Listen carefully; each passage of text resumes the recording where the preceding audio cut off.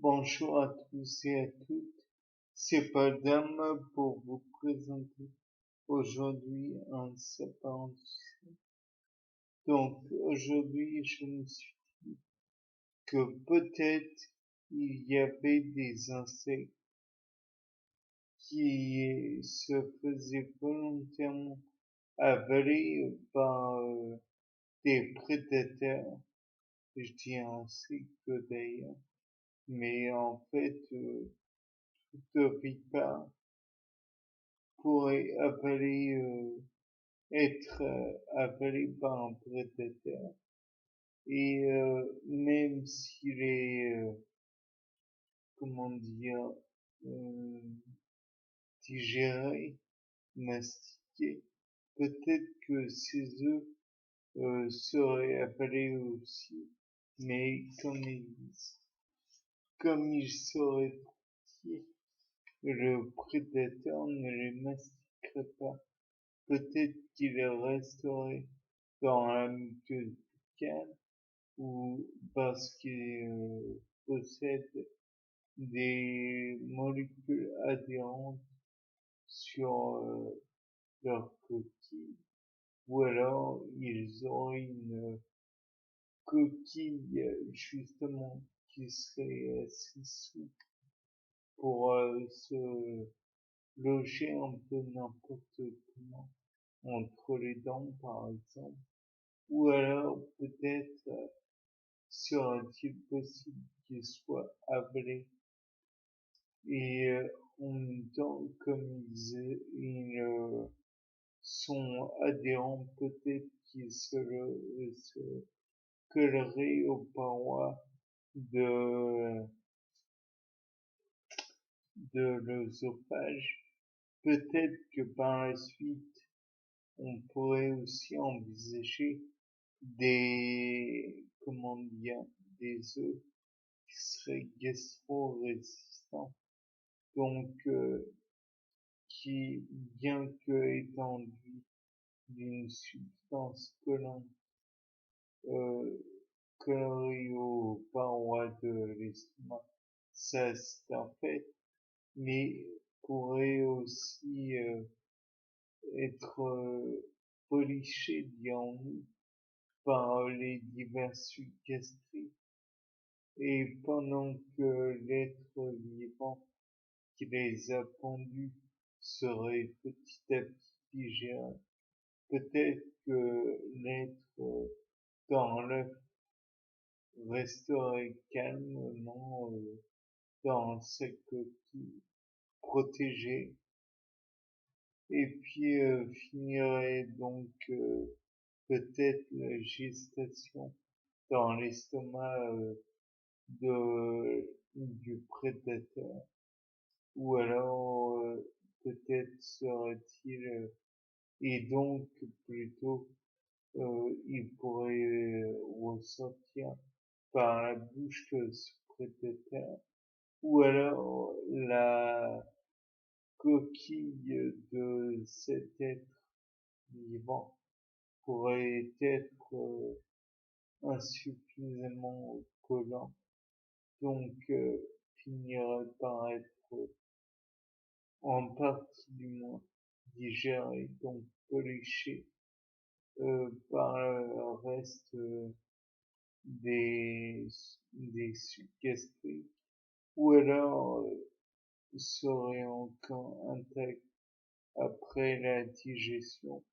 et irait dans l'intestin. Là, il pourrait se coller aux parois de l'intestin, ou alors être en faire comment dire, prendre la chaleur des fesses et de l'animal ferait qu'il serait au chaud et donc continuerait sa gestation et peut-être pourrait-il continuer le tractus intestinal et donc Léon G. Junam et je me rappelle plus de la troisième partie de l'intestin, serait peut-être, comment dire, parcouru par le entier, puis une fois qu'il aurait fini l'extraction, peut-être au passage pour dire se gorger de la vitamine B12 qui est la cobalamine. De là, on pourrait envisager que peut-être avec l'expression, il soit entièrement rejeté, ou alors peut-être que la contraction du sphincter anal pourrait craquer un peu la coquille, ou alors peut-être que ce n'est qu'un début de, comment dire, d'un autre trajet et qu'il serait consommé en même temps par un coprophage, un oiseau par exemple, ou autre qui pourrait le consommer et en même temps le rejeter plus loin. Et de là, il pourrait éventuellement faire un nouveau cycle, puisque, comme vous le savez, un insecte, souvent, je crois qu'il a divers cycles du genre œuf, larve, nymphe, adulte. Donc voilà. De plus, il existe les, je ne sais plus quelle sorte d'arthropodes il existe, je ne sais plus non plus tous les cycles de vie, mais j'imagine que il existe bon nombre de possibilités et que il existe bon nombre de cas aussi où le prédateur à la base a été utilisé pour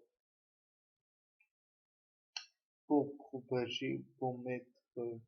en sécurité aussi comment dire, les œufs et les larves. Peut-être pourrait-il aussi les emmener au loin et les rejeter avec ses fesses, qui pourraient à terme donner d'autres adultes. Le cycle serait bouclé. Après, voilà, je n'ai pas la prothèse que j'avance. Bien, c'était Paul Dame pour un nouveau serpent en sucette. Au revoir.